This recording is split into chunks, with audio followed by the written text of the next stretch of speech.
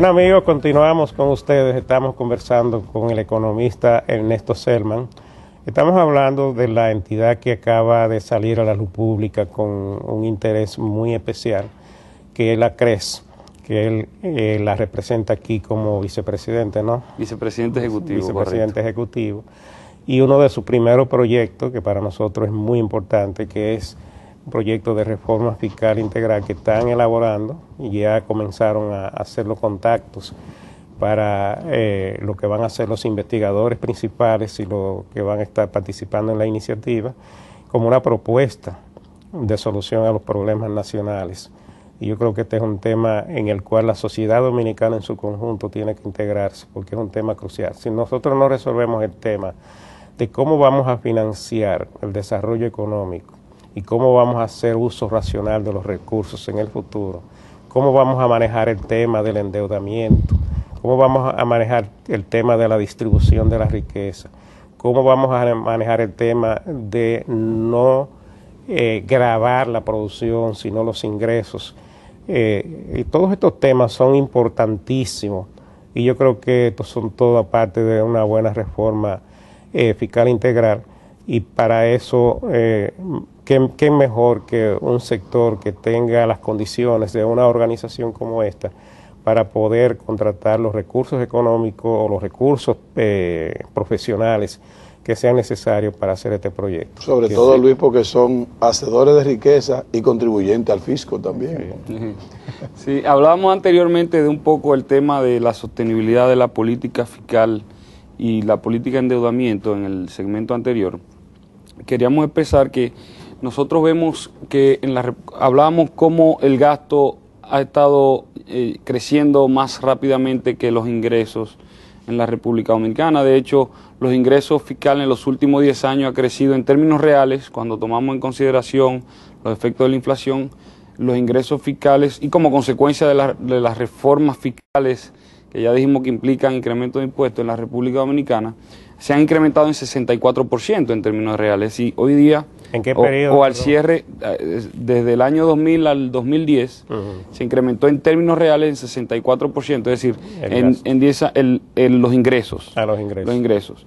El Estado ingresó en el 2010 64% más en términos reales, que implica que el Estado tenía 64% más de capacidad de compra que en el año 2000, ¿sí?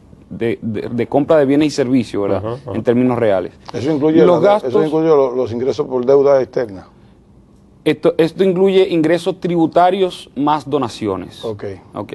No el financiamiento.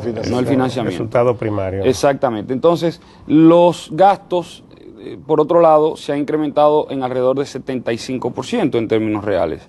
Es decir, que el Estado ha estado gastando 3/4 partes más. Esto ha implicado, de nuevo, un incremento del endeudamiento público. Mientras en los años 90, es decir, desde el año 90 al año 2000, el endeudamiento, la deuda pública total en la República Dominicana se redujo en 14%, de 4.181 millones a 3.660 millones. Así es. En el caso de la primera década de este milenio, del 2000 al 2010, la deuda pública del sector público no financiero, sin incluir la ocasión fiscal, que eso se agrega. Es un tema aparte. La deuda pública del sector público no financiero se incrementó de 3.243 millones de dólares a 14.818 millones de dólares. Es decir, la deuda pública del sector público no financiero se multiplicó por 4,5 veces. Entonces, si incluimos la deuda cuasi fiscal, básicamente la deuda del Banco Central, estamos hablando de que la deuda pública total estarían alrededor de 21 mil millones de dólares. Nosotros entendemos que eso no es sostenible. Lamentablemente los economistas, y esto avalado por los organismos internacionales, siempre hablamos en términos del Producto Interno Bruto, que si la deuda sobre el PIB. Bueno, la realidad es que las deudas no se pagan con coeficientes. La deuda se paga con capacidad de pago, con flujo de caja. Cuánto usted ingresa, cuánto usted gasta. Y eso nos pasa a los individuos. Cuando uno va a un banco, no le están preguntando a uno cuánto usted produce al año y cuánto es su relación de deuda con su capacidad de producción. Es cuánto es su flujo y si usted puede servir esta deuda, ¿verdad?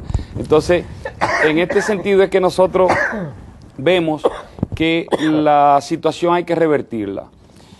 Nosotros hemos planteado 6 principios básicos, por lo cual nosotros vamos a estar trabajando en esta reforma fiscal integral y por lo cual nosotros vamos a estar evaluando otras propuestas de reforma fiscal integral.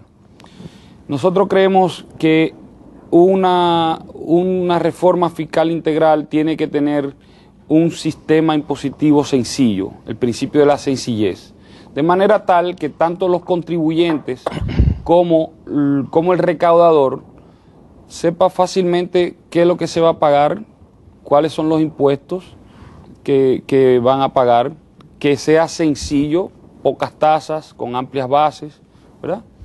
Ahí está el principio de la neutralidad. Nosotros creemos que un sistema impositivo debe ser neutro en el sentido de que no puede cargarse a un sector o un grupo de personas sobre otro y que no debería estar ciertos grupos o sectores privilegiados con exenciones, etcétera, sobre otros. Pero siempre manteniendo dentro de ese principio que paguen más lo que más tienen. Nosotros creemos que la política social debe darse del lado del gasto, no del lado del sistema impositivo. Nosotros creemos que en la medida que se trata de hacer una distribución de riqueza a partir del sistema impositivo, distorsiona los incentivos en la economía y desincentiva la producción y la creación de riqueza, desincentiva la inversión, la producción, la creación de empleo en la economía, y por eso vemos que la política social tiene que aplicarse del lado del gasto. Entonces, neutralidad como segundo principio. Como tercer principio, nosotros vemos que el principio de la transparencia. Los impuestos deben ser transparentes, y aquí lo vemos desde el punto de vista del sistema impositivo, del lado de los ingresos, y del punto de vista del gasto. Desde el punto de vista del sistema impositivo, del lado de los ingresos, los contribuyentes tienen que saber qué impuestos están pagando. Hoy día nosotros tenemos muchos bienes y servicios que están grabados por ejemplo, impuesto selectivo al consumo, que se paga un precio en el cual está incluido este impuesto selectivo al consumo, que los contribuyentes muchas veces ni saben que están pagando ese impuesto. Ellos saben que están pagando un precio, muchas veces un precio alto por algún bien y servicio, pero no saben que hay un impuesto detrás de esto. Entonces, desde el punto de vista del sistema impositivo, creemos que la transparencia es muy importante, pero también desde el punto de vista del gasto. Desde el punto de vista del gasto en el sentido de que los contribuyentes tienen que saber en qué se gastan sus recursos. Ahí debe haber más transparencia. Debe haber más transparencia en el lado del gasto. Definitivamente, en la República Dominicana debemos estar claros. Muchas veces se gastan y se utilizan recursos desde el sector público que nosotros contribuyentes no sabemos qué se está haciendo con esos recursos. Entonces sí debe haber más transparencia, porque actualmente, y esto no lo quiero decir actualmente, quiero decir actualmente, y quiero decir que también ha sucedido en el pasado, no solamente en la actualidad. Nosotros entendemos también que debe haber el principio de la creación de riquezas, de que el sistema impositivo sea un sistema impositivo que promueva las actividades económicas. Llamemos a la actividad económica consumo, que promueve el consumo, que promueve el ahorro, que promueva la inversión, la producción y la generación de empleos, más y mejores empleos productivos en la economía formal, ¿verdad? Porque una de las cosas que hemos visto es que parte del problema del sistema impositivo actual es que crea incentivos para la evasión fiscal y para la informalidad en la economía. Sí, o sea, hace poco salió una estadística de que en la República Dominicana casi un 60% del empleo es informal. Un 56%. Correcto. Sí. Entonces, nosotros creemos que esa tendencia hay que cambiarla, porque la idea es que todos estemos cumpliendo con las reglas de juego establecidas. Lo que pasa es que si las reglas de juego que están establecidas el costo de aplicarla es mayor que el beneficio de dejar de aplicarla, los incentivos, bueno, en economía siempre decimos que los incentivos son importantes. Si el costo de aplicar la ley es mayor que el beneficio de no aplicarla, entonces hay un incentivo de no aplicar la ley, de evadir esos requerimientos legales de cumplir con las obligaciones de pagar impuestos. Pero ahí impuestos. está en el principio de creación de riqueza. O sea. Entonces, bueno, y en el principio de sencillez, de que sean impuestos que sean pocos, aunque sean de amplia base, por ejemplo. Hay un dato al margen, es que aquí, por ejemplo, el 45% de los que están inscritos en la Seguridad Social son los que están cotizando. Correcto. Por la falta de la informalidad, formalidad misma. Correcto. Entonces, otro principio que nosotros vemos primordial, el principio de la estabilidad.